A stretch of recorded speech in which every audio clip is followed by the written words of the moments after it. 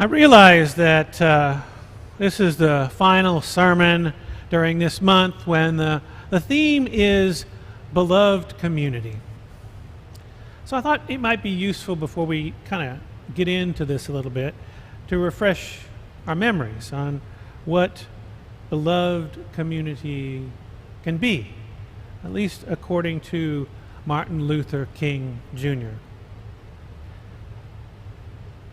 For King, he envisioned the beloved community as a society based on justice, equal opportunity, and love of one's fellow human being.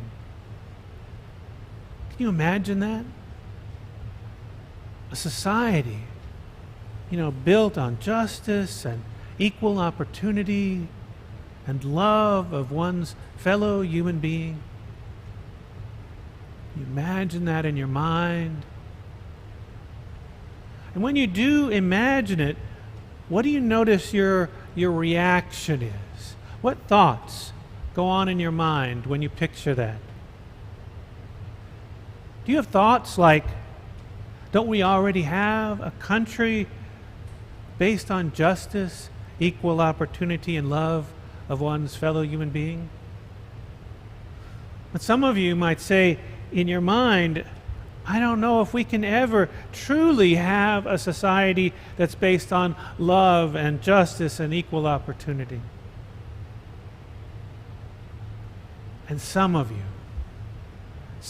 you might say in your mind as you think about this, what can I do to help this dream of a society based on justice, equal opportunity, and love come into being?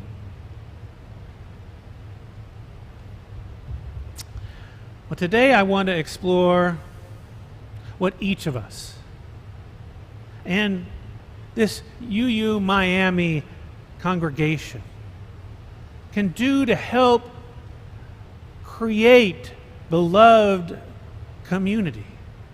This Martin Luther King's dream of a beloved community. This dream he had all those 50 years ago.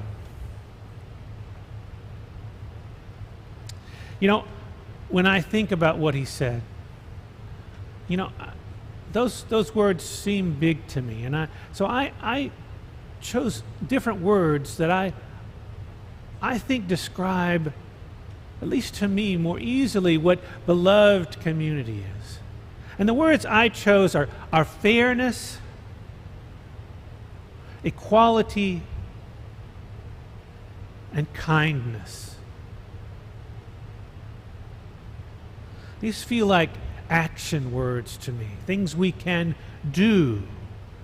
Work for fairness, equality, and to be kind to one another.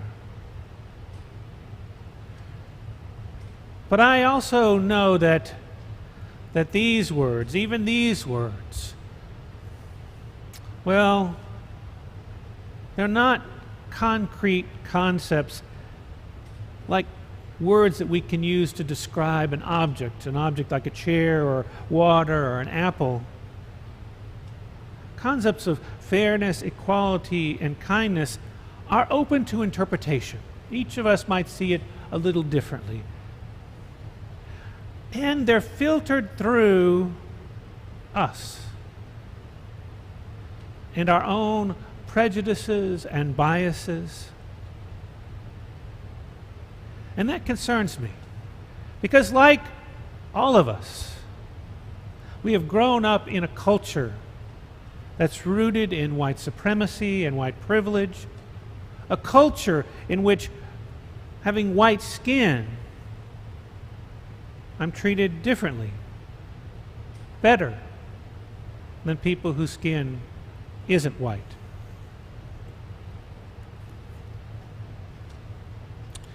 So what is fairness? That's a really tough one. I invite our children and youth and those, all of those people out there, to put in the chat a definition for fairness. What does fairness mean? And I want to give you a little heads up. If you say justice, if you look at it in the dictionary, justice, one of the definitions is fairness, and if you look up fairness, one of the definitions is justice. So it's kind of a vicious circle there. Another definition you find in the dictionary is equity, and we're going to talk more about equity in just a few minutes. But let's see if people have some definitions of fairness. So let's look on our chat here and see if you would put in a couple of definitions of fairness. Some of those children and youth and adults out there in the chat. Let's see what we come up with.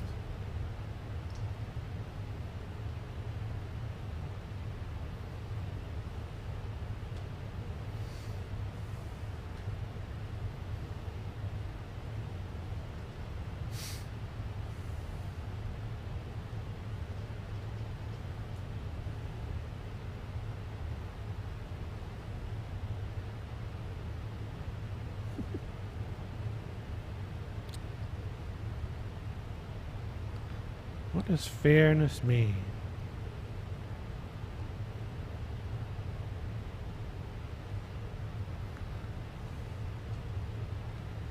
Equal opportunity for all. That's a good definition.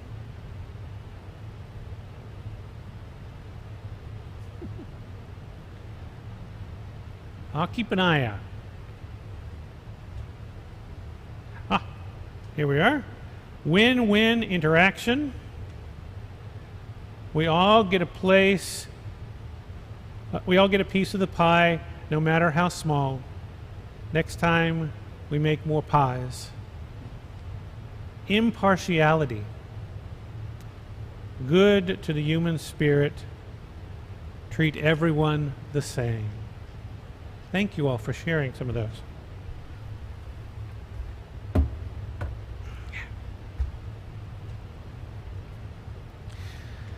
Well, I'm going to use one definition, and you know, all these definitions are great, and I appreciate your sharing them with me. I had to choose one that we could use here, and so what I chose was a definition treating one another without bias. In other words, not treating one person better or worse than another because of how much you like them or don't like them. And treating one another without prejudice. In other words, not treating a person differently due to some aspect of themselves, like their race or their sexual orientation, gender, ability, or country of origin. The image that you see, my screen's over here, that's why I look over here, is that of blind justice. You might see it if you've gone to the courthouse. The image is supposed to represent the legal concept of the dispensing of justice without bias or prejudice. How closely do you think our court system aligns with that ideal?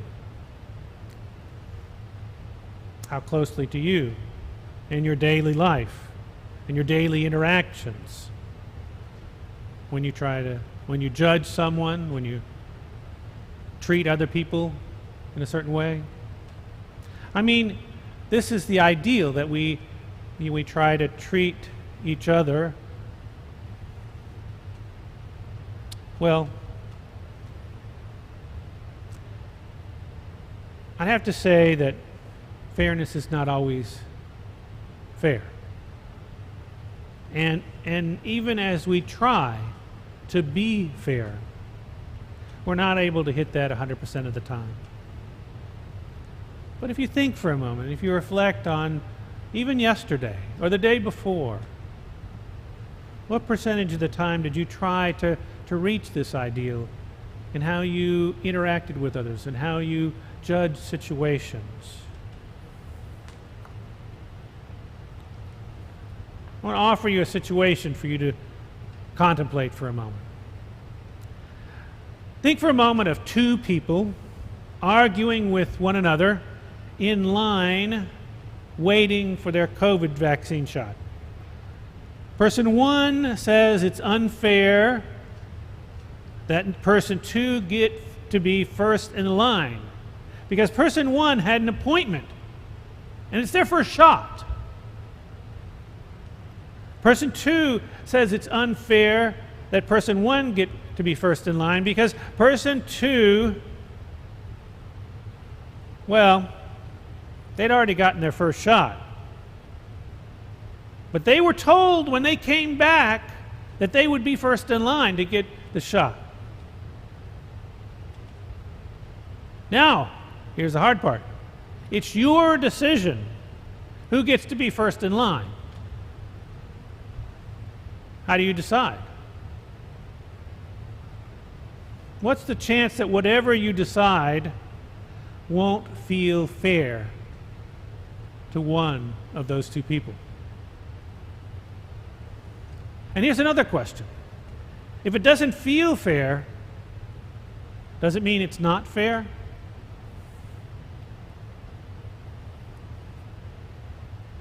What if person one is a person of color and person two is in a wheelchair? Does that make any difference? Should it? Why?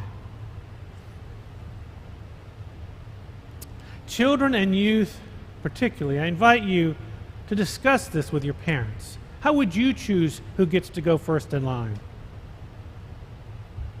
What do you think would be fair?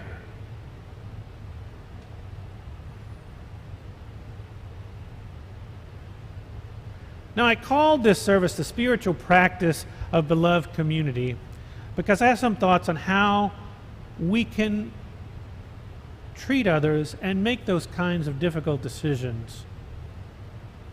How we can be fairer. We can use practices like mindfulness and meditation and prayer, and a spiritual practice that I call gathering information.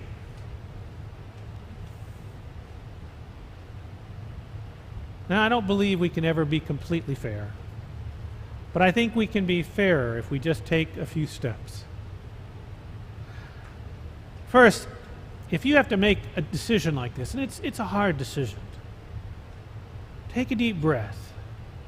You know, like we were taught in your meditation classes and mindfulness classes and yoga, you're taught how to take this deep breath in through your nose and out through your mouth. Now look inside yourself. Person one is a person of color. Person two is a person in a wheelchair. What thoughts and feelings do you have about each of them? Those are your bias and prejudices.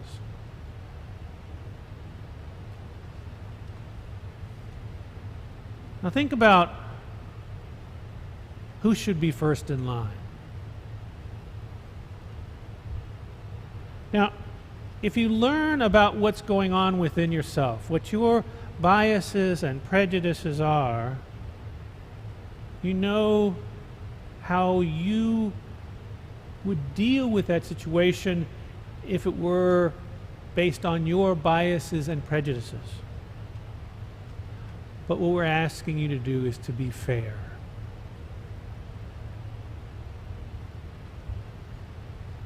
So knowing those biases and prejudices, you can try to put them aside and try to deal with the situation. You might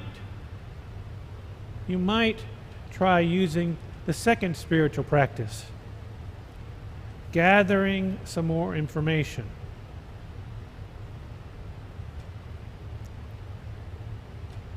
Well, for instance, you could look up the policies that were written about who should be first in line. And we can assume that the policies were written to be fair, or at least fairer.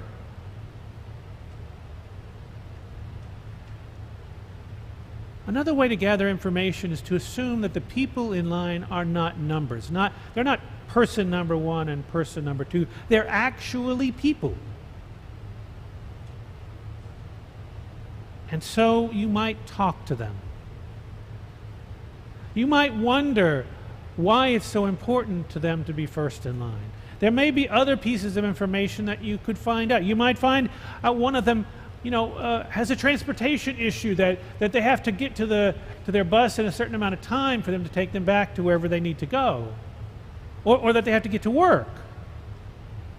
Or you might find that one of them is really scared about getting the shot. And they feel like if they're not first in line and they get in there and get it done, that they might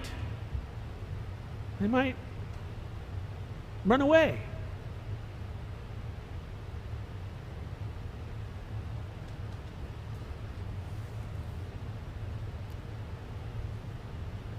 As you gather more information, you might find that the decision is easier to make, or you might find it's more difficult, complicated. But the thing is, the more information you gather, the higher likelihood of a fairer decision.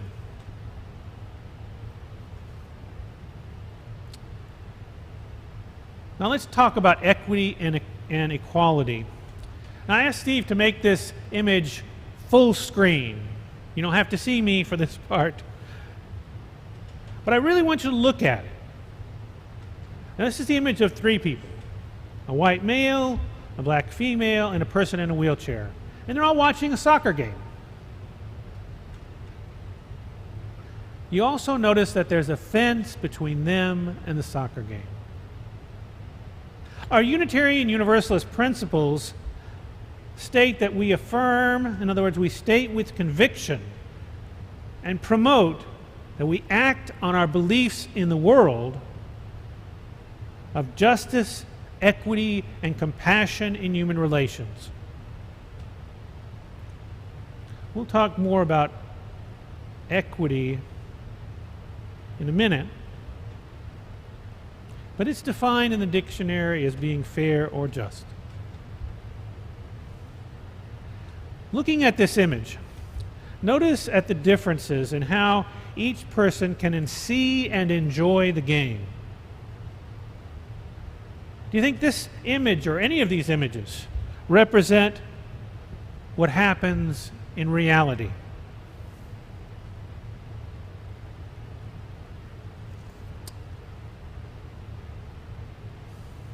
Now let's look at this image. This next image is a white man standing on a bunch of boxes watching a game. For a long time in our country, white people, and particularly white men, have had the most rights and privileges. Their privileges are represented in this image by having all the boxes, and it allows them to see the game easily, and perhaps even from a skybox with special drinks and food.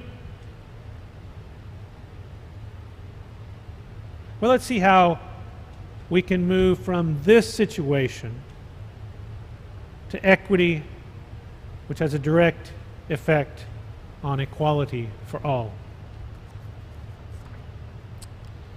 Now, some people might consider equality giving all three people in the image the same opportunity.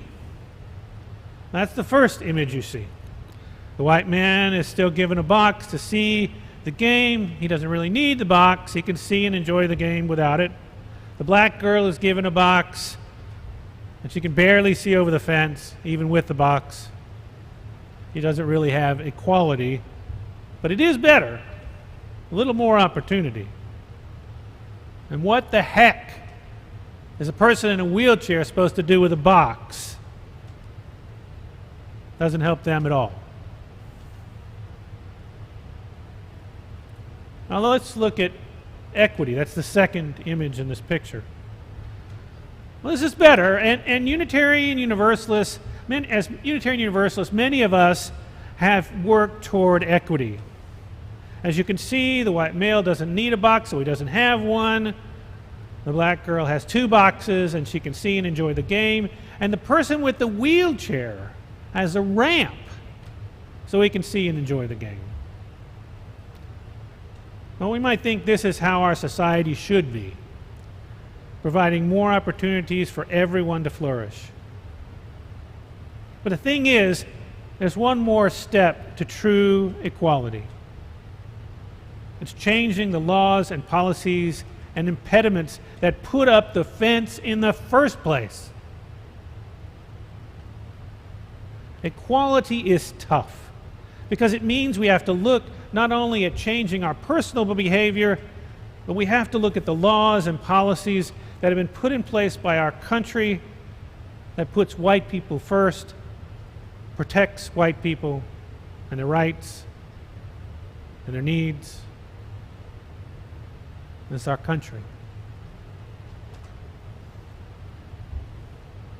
In addition to our first spiritual practices of mindfulness and gathering information, there's another spiritual practice of beloved community, and it's reviewing the laws and policies to determine if they are truly equal, to take down the fence. Taking away the systemic barriers created in our cities, counties, states, and nation that prevent a more equal place for all. You might say, wow, Tom, Reverend Tom, that's a pretty big spiritual practice to take on. And be right. It is a challenge. And that's what makes it a good fit for a Unitarian Universalist.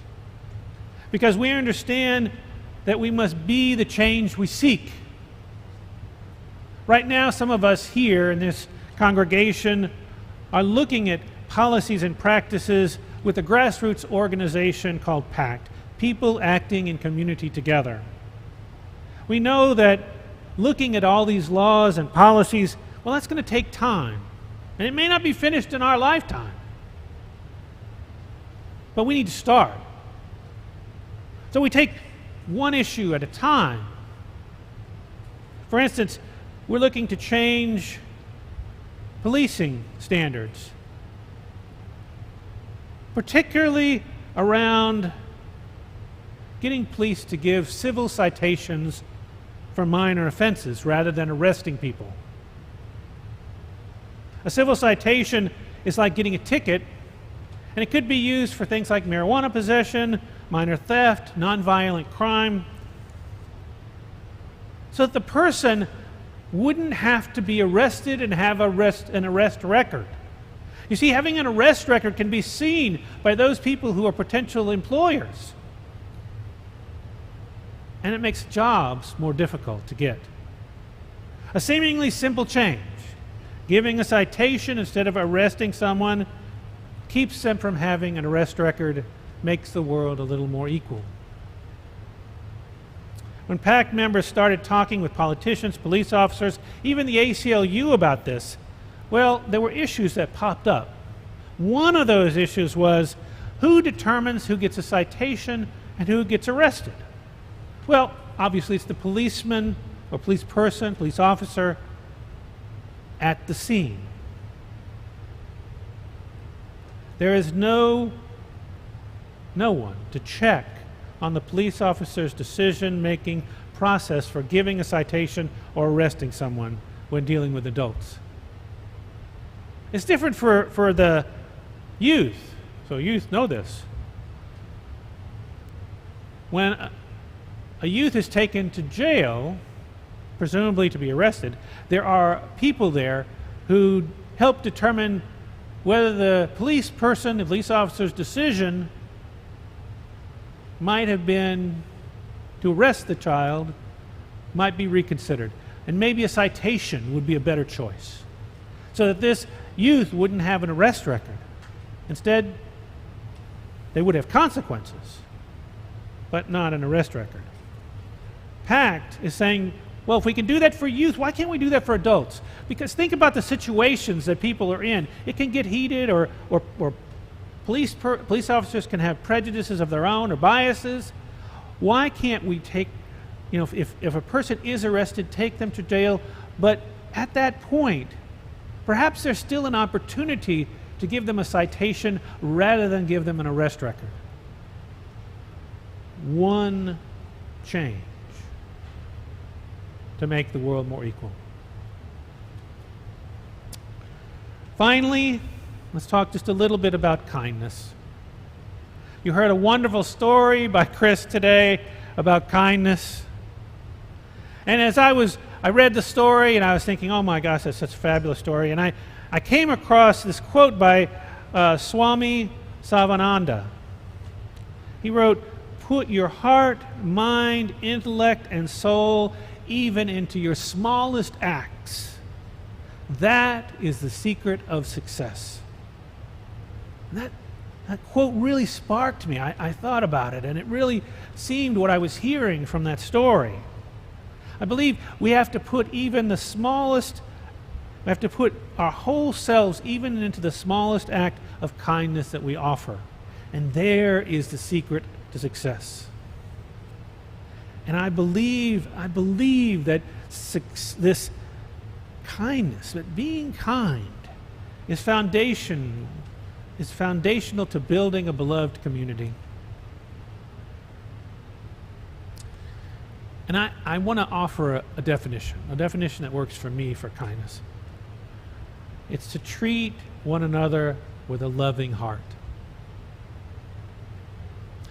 Now think about that. In the broad scheme of things, as we heard some of the things in the story, like kindness can be giving, like making someone cookies. Kindness can be helping, like putting dirty dishes in the sink. It could be paying attention, like saying someone about they have nice boots on. All these things are about treating one another with a loving heart.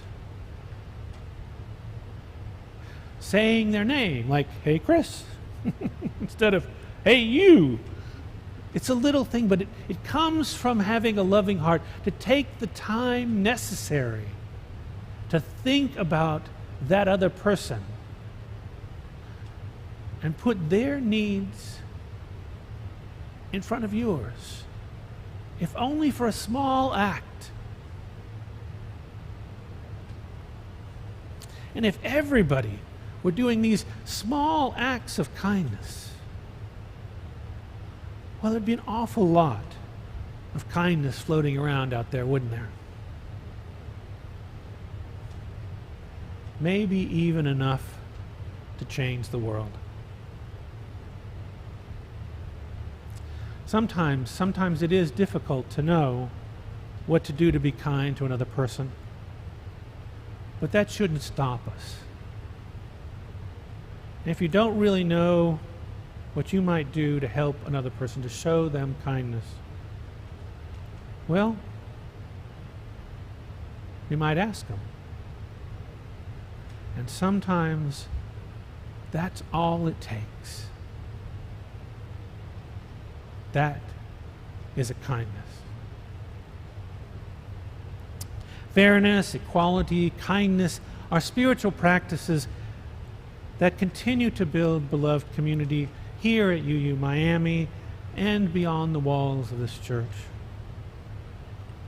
And if we practice these, as we practice these, we might remember what Martin Luther King Jr. said so long ago. Our goal is to create a beloved community, and that will require a change in our souls as well as a change in our lives. So may it be.